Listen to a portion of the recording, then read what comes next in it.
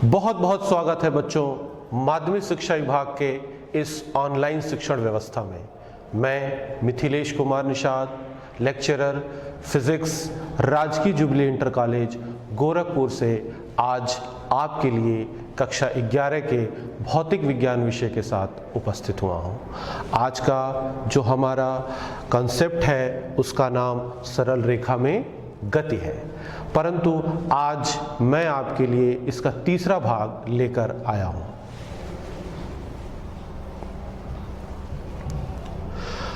बच्चों, आज के चर्चा के बिंदु को जरा देख लीजिए। सबसे पहले हम लोग बात करेंगे अवकल गणित की संक्षिप्त संकल्पना की, फिर उसके बाद होगी ताक्षणिक वेग की, फिर एक्सटी ग्राफ के द्वारा ताक्षणिक वेग का निर्धारण करेंगे, फिर ताक्षणिक चाल पे चर्चा होगी, कुछ क्वेश्चंस भी सॉल्व किए जाएंगे और अंत में आपको गृह कार्य दिया जाएगा।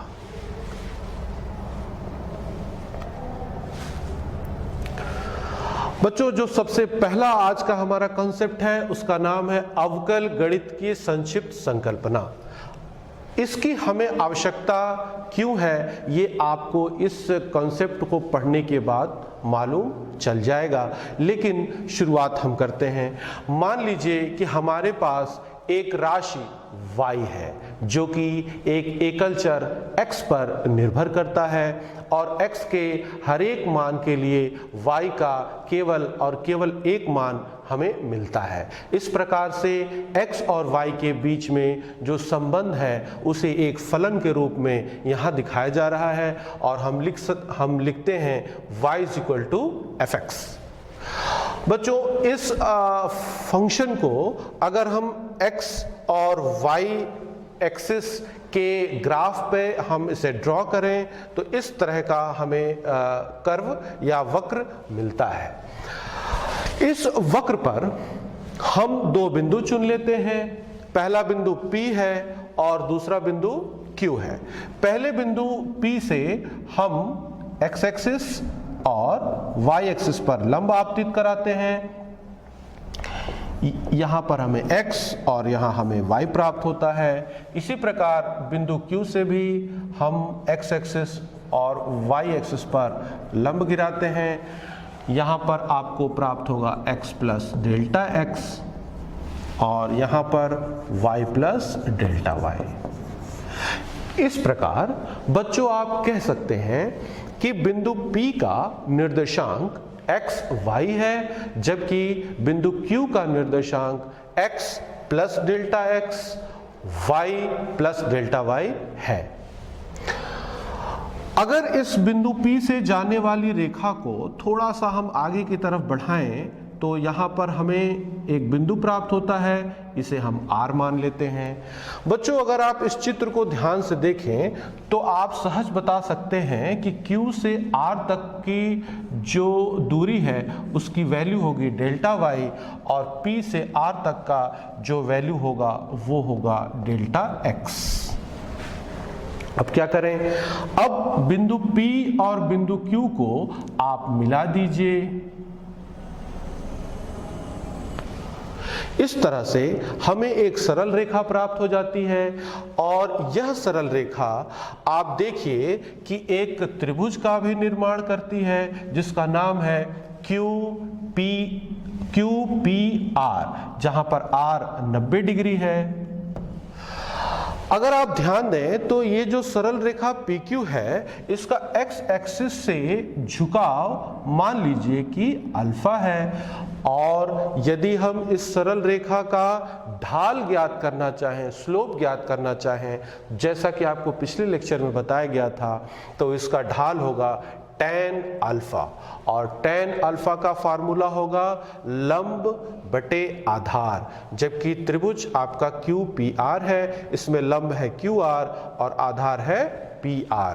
तो यहाँ से लंब के जगह आप QR के जगह डेल्टा y लिख सकते हैं और आधार के जगह आप डेल्टा x लिख सकते हैं। इस प्रकार आपको P तथा Q को मिलाने वाली सरल रेखा का ढाल मिल जाता है। बच्चों, आपके मन में एक क्वेश्चन आया होगा कि दरअसल ये delta Y by delta X है क्या? ये क्या बताता है? ये एक्स के सापेक्ष वाई के परिवर्तन की दर को व्यक्त करता है, अर्थात rate of change of y with respect to x।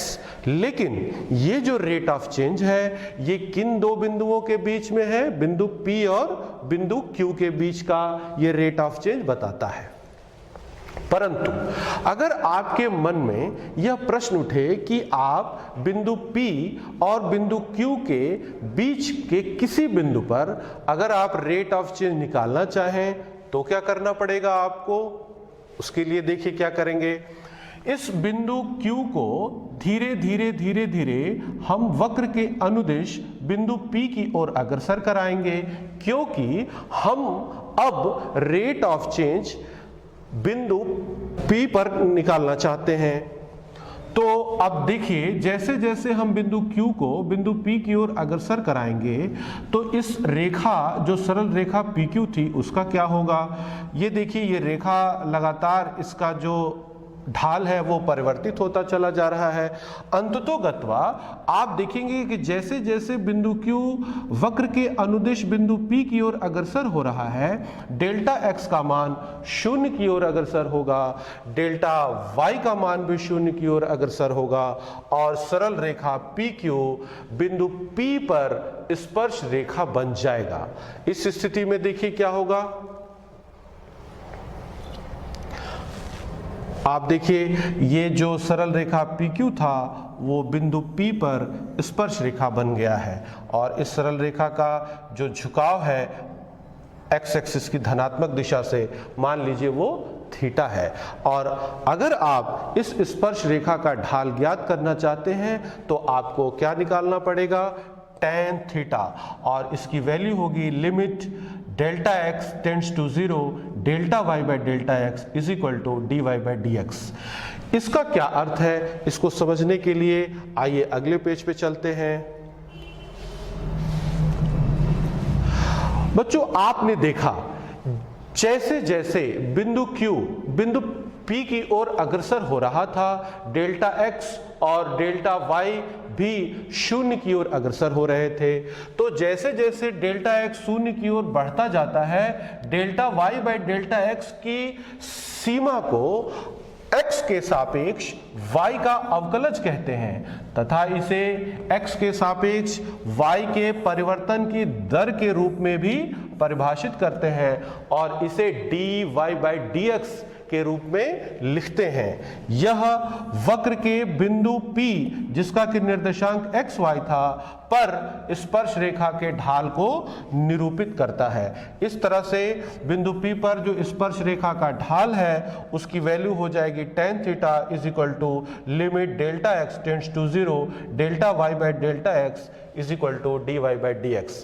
अर्थात ये जो आपने देखा कि ये जो dy बाई dx है, एक प्रकार से किसी पर्टिकुलर पॉइंट पर रेट ऑफ चेंज को मेजर करता है। इसकी सहायता से अब हम अगले कॉन्सेप्ट की ओर बढ़ेंगे। अब उस कॉन्सेप्ट पर आते हैं जिसके लिए हमने अवकल गणित की संकल्पना का आपसे परिचय कराया। उसका नाम है ताक्षणिक वेग। बच्चों, पिछले लेक्चर्स में आपने सीखा कि औसत वेग क्या होता है। औसत वेग में हमने जाना कि एक दिए गए समय अंतराल में कण किस गति से चल रहा होता है, इसकी जानकारी हमें मिलती है, परंतु उस दिए गए समय अंतराल के भिन्न भिन्न क्षणों पर कण का गति क्या है ये हमें नहीं पता चल पाता।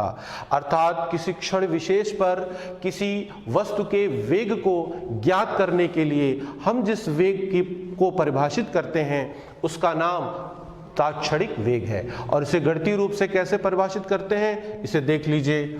जब समय अंतराल डेल्टा टी बहुत ही कम, अत्यल्प अर्थात इनफाइनाइटेसिमली स्मॉल हो, तो औसत वेग के सीमांत मान को ही ताक्षणिक वेग या केवल वेग कहा जाता है। बच्चों, आपको औसत वेग को परिभाषित किया गया था, इसे v बार से व्यक्त करते हैं। यदि औसत वेग जिस समयांतराल के लिए परिभाषित किया गया है वह समयांतराल शून्य की ओर अग्रसर होता जाए तो उसके सीमांत मान को, औसत वेग के सीमांत मान को ही हम ताक्षणिक वेग कहेंगे।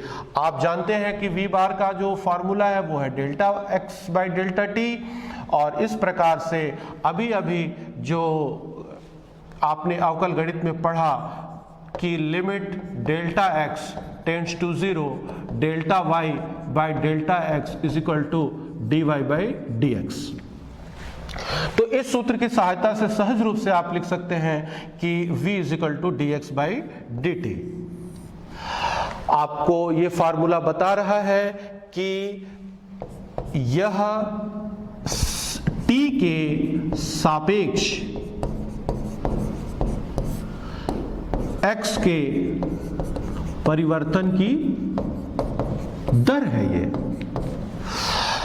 ये dx बाई dt क्या है? को t के सापेक्ष x का अवकल गुणांक भी कहते हैं, इसे अवकलज भी कहा जाता है, और यह उस क्षण पर, किस क्षण पर? t पर वस्तु की स्थिति के परिवर्तन की दर को व्यक्त करता है। मतलब ये हुआ बच्चों कि the rate of change of position with respect to time at a particular instant is called instantaneous velocity of an object।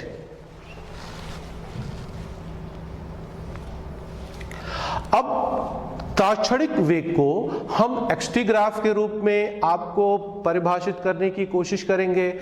इसमें इसको समझाने से पहले मैं आपको बता दूं, अवकल गणित में जिस प्रोसीजर का हमने फॉलो किया था बिल्कुल वैसे ही यहाँ पे करना है। हम यहाँ पर xt ग्राफ ले रहे हैं, x एक्सिस पर समय और y एक्सिस पर स्थिति खींच रहे हैं, और यहाँ पर आपको एक वक्र दिखाया जा रहा है, ये वक्र xt ग्राफ है। इस वक्र के दो बिंदु हैं, बिंदु P और बिंदु Q। बिंदु P से अगर हम समय एक्सिस और स्थिति एक्सिस पर लंब गिराते हैं तो हमको निर्देशांक प्राप्त होते हैं t और x। इसी प्रकार से बिंदु Q से अगर हम समय अक्ष पर लंब गिराएं तो बिंदु Q का निर्देशांक प्राप्त होगा t प्लस डेल्टा t, और अगर हम स्थिति अक्ष पर इसका लंब गिराते हैं तो हमें निर्देशांक प्राप्त होता है x प्लस डेल्टा x। इस प्रकार से बिंदु P का जो निर्देशांक है उसे आप x t कहेंगे, और बिंदु Q का जो निर्देशांक है उसे x प्लस डेल्टा x और t प्लस डेल्टा t कहेंगे। बच्चों, पुराना प्रोसीजर, बिंदु को आप आगे की तरफ प्रोसीड कीजिए। यहाँ पर ये बिंदु R कहलाएगा, ये 90 डिग्री होगा, और ये Q से लेकर के R तक का जो वैल्यू है वो डेल्टा x है, और P से लेकर के R तक का वैल्यू डेल्टा t है। अब आप बिंदु Q से बिंदु P को मिला दीजिए। आप देख रहे हैं कि यहाँ पर एक स्ट्रेट लाइन प्राप्त हो रहा है, सरल रेखा प्राप्त हो रही है। इस सरल रेखा का झुकाव आप x एक्सिस की धनात्मक दिशा से, जिस पर कि समय खींचा गया है, वहां से ले लीजिए। मान लीजिए यह झुकाव अल्फा है। तो अगर आप इस सरल रेखा का ढाल ज्ञात करना चाहें, P तथा Q को मिलाने वाली सरल रेखा का ढाल अगर निकालना चाहें तो इसका फार्मूला होता है tan अल्फा, और tan अल्फा का फार्मूला होगा, इस ट्रायंगल को देखिए, QPR में लंब बटा आधार। लंब का वैल्यू आप देख लीजिए है QR, जिसकी वैल्यू हो जाती है डेल्टा x, और आधार है PR जो कि डेल्टा t के बराबर है। और ये delta x by delta t आपको याद है बच्चों, पिछले लेक्चर में ही बताया गया था, यह औसत वेग है, ये औसत वेग का सूत्र है। परंतु ये किन दो समयांतरालों या किन दो बिंदुओं के बीच का औसत वेग है? निश्चित रूप से आपको दिख रहा है, यह बिंदु P तथा बिंदु Q के बीच का औसत वेग है। मतलब ये हुआ कि हमने इस ज्योमेट्री के द्वारा P और Q के बीच का औसत वेग तो निकाल लिया, लेकिन अगर कोई आपसे पूछे कि बिंदु P और बिंदु Q के बीच में किसी बिंदु पर, अर्थात मान लीजिए कि बिंदु P पर ही हम वेग निकालना चाहते हैं, तो ऐसे वेग को हम कहेंगे तात्क्षणिक वेग। इसके लिए हम क्या करने वाले हैं, इसके लिए वही काम करेंगे, बिंदु Q को धीरे धीरे वक्र के अनुदिश बिंदु P की ओर अग्रसर कराएंगे। जैसा ही हम करेंगे डेल्टा T का मान शून्य की ओर अग्रसर होने लगेगा और डेल्टा X का मान भी शून्य की ओर अग्रसर होने लगेगा।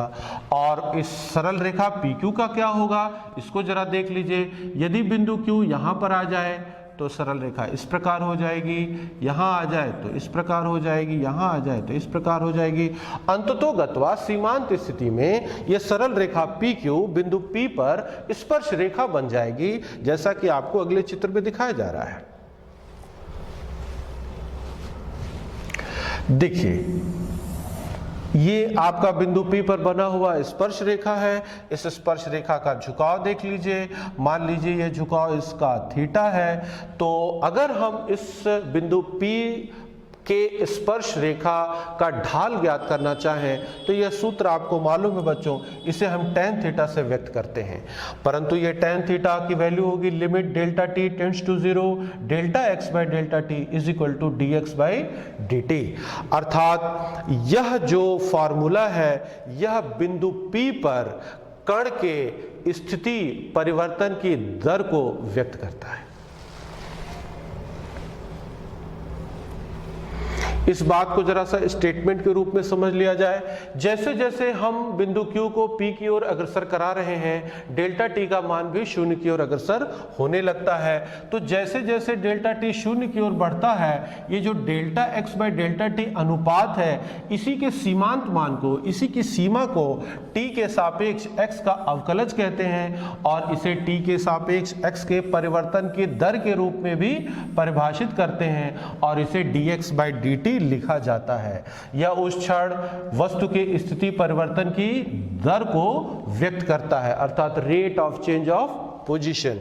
यह वक्र के, और ये आपको ज्योमेट्रिकली कैसे इसको निकालेंगे, यह वक्र के बिंदु P जिसका कि निर्देशांक xt था पर स्पर्श रेखा के ढाल को निरूपित करता है। और यह फॉर्मूला अभी अभी आपसे चर्चा हुआ कि ये स्पर्श रेखा का जो ढाल होगा tan थीटा और इसकी वैल्यू होगी limit delta t tends to 0 delta x by delta t is equal to dx by dt। इस कॉन्सेप्ट को थोड़ा सा और गहराई से समझने के लिए हमारे पास एक क्वेश्चन है, इसको देख लीजिए। एक्स अक्ष के अनुदिश किसी गतिमान वस्तु की स्थिति निम्नलिखित सूत्र से व्यक्त की जाती है, x is equal to a plus B T square. यहाँ a की वैल्यू है 8.5 मीटर, b की वैल्यू है 2.5 मीटर पर सेकंड स्क्वायर तथा समय t को सेकंड में व्यक्त किया गया है। t is equal to 0 second और t is equal to 2 second क्षणों पर वस्तु का वेग क्या होगा, अर्थात तात्क्षणिक वेग निकालना है। फिर t is equal to 2 second और t is equal to 4 second के मध्य के समयांतराल में वस्तु का औसत वेग क्या होगा, इसे हमें ज्ञात करना है। लेकिन इस सवाल को करने से पहले मैं आपको अवकल गणित के कुछ सूत्रों से परिचय कराता हूं जिसकी यहां पर हमें आवश्यकता होगी। सबसे पहला सूत्र यह है D D T of any constant k is equal to 0। D D T of any constant multiplied by a function. अगर हमारे पास कोई फलन u हो जो समय पर निर्भर करता हो तो इस प्रकार आप जब इसका टाइम के रिस्पेक्ट में डिफरेंशिएट करेंगे तो इस कांस्टेंट को बाहर ले लेंगे और डी डी टी u पर ऑपरेट हो जाएगा। मान लीजिए कि आपके पास दो फंक्शन हो जो टाइम पर निर्भर करते हो u और v, और अगर आप इसका डिफरेंशिएशन करें तो ये दोनों फंक्शंस पे ये डिफरेंशिएशन ऑपरेट होगा, अर्थात D D T of u plus D D T of v। एक और फार्मूला है जिसकी यहाँ पे चर्चा नितांत आवश्यक है, वो है D D T of t to the power n, इसका वैल्यू होगा n to the power n minus 1। अब हमारे पास सबसे पहले हम तात्क्षणिक वेग ज्ञात करेंगे, तो हमारे पास स्थिति का जो सूत्र है वो है x is equal to a plus B T square. हमको वेग ज्ञात करना है, वेग का फार्मूला भी अभी आपको बताया गया है dx dt, और आप देखिए d dt x की वैल्यू यहाँ रखिए a plus B T square. ये d dt देखिए इस कांस्टेंट a पर भी ऑपरेट होगा, d dt of a plus d dt of B T square. अगले पेज पे चलते हैं बच्चों। आप जानते हैं प्रश्न में दिया हुआ है कि a कांस्टेंट है, अर्थात टाइम के रिस्पेक्ट में उसका डिफरेंशिएशन 0 होगा, और b भी कांस्टेंट है तो b फंक्शन से बाहर आ जाएगा और ये हो जाएगा d dt of t square. अब अभी आपने d dt of t to the power n का फार्मूला देखा, इसका फार्मूला होता है n into T to the power n minus 1, तो ये हो जाएगा 2 into T to the power 2 minus 1, और ये हो जाएगा 2bt। हमने वेग तो निकाल लिया, लेकिन अभी भी ये वेग किस पर निर्भर कर रहा है? समय पर। तो हम वेग t इक्वल टू 0 पर अगर ज्ञात करना चाहते हैं तो t की वैल्यू यहाँ जैसे ही 0 रखेंगे तो t इक्वल टू 0 पर हमारा वेग 0 हो जाएगा। और अगर हम t इक्वल टू 2 सेकेंड पर वेग ज्ञात करना चाहते हैं तो आप 2, b की वैल्यू 2.5 है, t की वैल्यू 2 है, तो इस प्रकार ये हो जाएगा 10 मीटर पर सेकेंड। अर्थात किसी क्षण 2 सेकेंड पर जो वेग होगा वो 10 मीटर प्रति सेकेंड होगा। अब जरा औसत वेग की बात कर लेते हैं। औसत वेग के लिए देखिए हमारे पास स्थिति का सूत्र है a plus B T square. सबसे पहले हम 2 सेकेंड पर स्थिति ज्ञात करेंगे। t इक्वल टू 2 सेकेंड पर स्थिति a प्लस 4b, फिर t इक्वल टू 4 सेकेंड पर हम स्थिति ज्ञात करेंगे a प्लस 16b, और फिर अंतिम स्थिति में से प्रारंभिक स्थिति को घटा देंगे जिससे हमें विस्थापन प्राप्त होगा a plus 16b minus a minus 4b, और ये हो जाएगा आपका 12b। समय अंतराल निकाल लीजिए। समय अंतराल 4 सेकंड से 2 सेकंड के बीच का है, अर्थात अंतिम समय 4 सेकंड, प्रारंभिक समय 2 सेकंड, समय अंतराल हो जाएगा 2 सेकंड। अब औसत वेग का फार्मूला आपको याद है बच्चों। औसत वेग को आप v बार से व्यक्त करते हैं। इसका formula delta x by delta T होता है। डेल्टा x की वैल्यू अभी आपने निकाला 12b, और डेल्टा t की वैल्यू 2 निकाला, ये हो जाएगा 6b, और b की वैल्यू आप प्रश्न में दिया हुआ है 2.5 मीटर पर सेकंड स्क्वायर, और ये हो जाएगा आपका 15 मीटर पर सेकंड।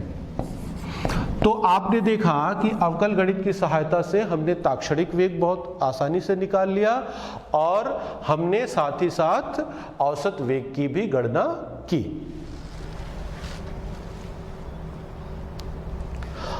अब अगले कंसेप्ट पर आते हैं जिसका नाम है ताक्षणिक चाल। ये क्या है? किसी गतिमान वस्तु के ताक्षणिक वेग के परिमाण को ताक्षणिक चाल कहते हैं।